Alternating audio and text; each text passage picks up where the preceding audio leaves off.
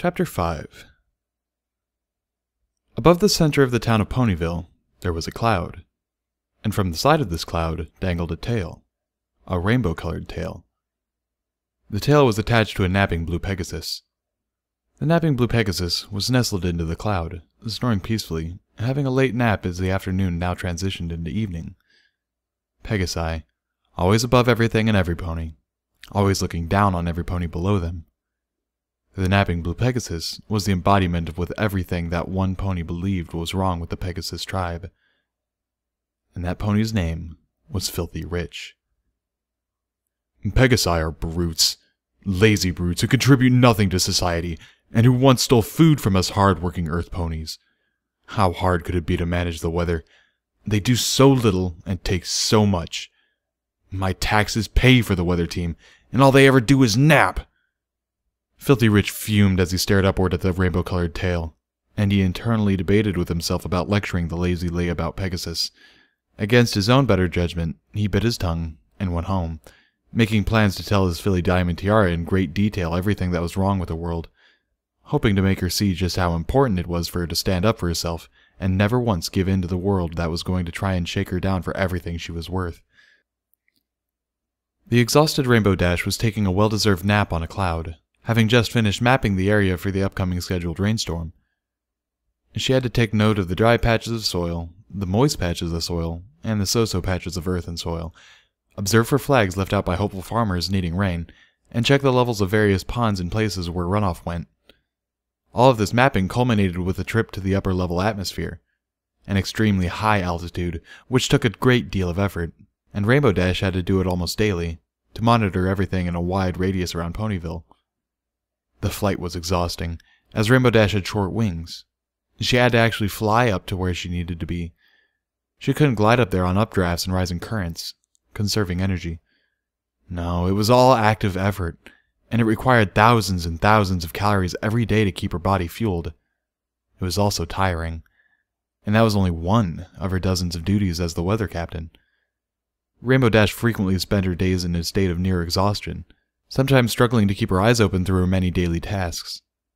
The occasional nap kept her safe and allowed her to do her job, which was unbelievably complex.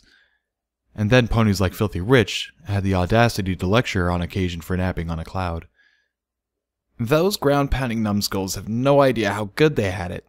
Their lives were unbelievably easy. They didn't have to work all that hard at anything, and were kept safe by the Pegasi watching over them. A little gratitude once in a while might be nice. Sweet potatoes were perhaps Dinky's most favoritist food ever. She was already feeling kind of full, but she managed to spoon in a few more bites of the buttery sweet potato on her plate. While butterscotch pudding was a tempting dessert, sweet potatoes were the greatest thing ever.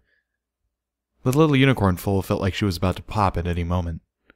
Feeling very satisfied, Dinky rubbed her belly and let out a small belch. "Dinky-Doo-Hooves, where are your manners?" Derpy demanded.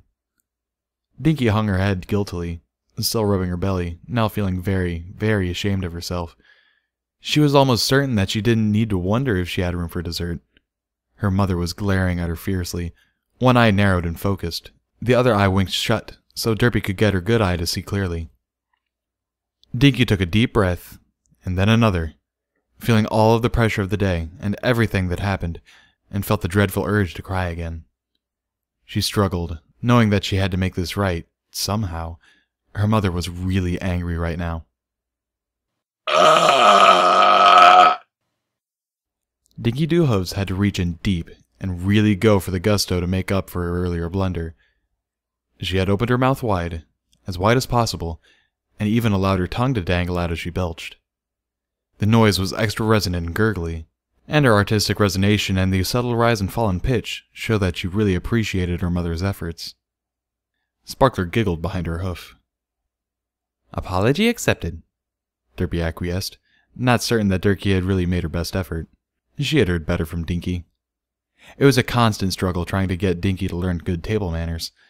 The little unicorn foal kept letting out the most half-hearted burps and farts, and Derpy quietly wondered if Dinky was reaching some stage of rebellion, common during foalhood and the early stages of growth and development. Her adopted daughter, Sparkler, on the other hoof, was no slouch.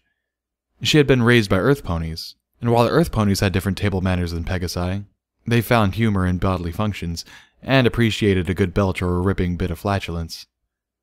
For Sparkler, the transition in table manners had been stunningly easy. Sparkler's earlier belch was almost deafening. "Mother," said Sparkler, pushing her plate away and looking at her mother in the eye. "I am a very confused filly right now. I chased a colt today. I saw him with Apple Cobbler and I sort of freaked out. I told him that I wasn't interested in him, but seeing him with her made me go nuts. And I really don't want to get involved with the colt because of what happened to you," explained Sparkler. "I regret nothing," reassured Derpy. "I have Dinky. Times were tough, but we got through them. You shouldn't let what happened hold you back. You should feel free to love as you want to. Just learn from what happened, and don't let yourself get sweet-talked into something you are not ready for," the gray mare finished. "I don't know what I'm doing," Sparkler confessed. "I really don't fit in with other ponies. I'm not even sure how I work. And I don't know if I can figure out how dating a colt works," continued Sparkler. "You are my Sparkler. I love you, and your mother loved you. You just need to figure out who and what you are, my silly filly," Derpy said lovingly. "You're my sister. No need to be anything else," Dinky offered. "I don't want you dating. I want you all for myself," confessed Dinky. "I chased a stallion today," Derpy said. "We snoot bumped, by accident, and I saw something in his eyes. He's special. There was a bit of a misunderstanding, though. Well, a big misunderstanding, really. But he was really nice about everything, and tried so hard to make it up to me," the Pegasus mare added, as she began to fluff out her feathers and waggle her ears. "Sometimes I just don't know what goes wrong," Derpy added, trailing off. "I still don't understand the chase thing," Sparkler said. "Pegasus tradition," replied Derpy. "What do unicorns do?" asked Sparkler. "Get chased, apparently," replied Derpy, now shaking with laughter. Sparkler giggled and felt better. Her mother had a simple approach to everything. "Colts have cooties," Dinky said in embarrassed tones. "So do little fillies," replied Sparkler, smiling at her sister.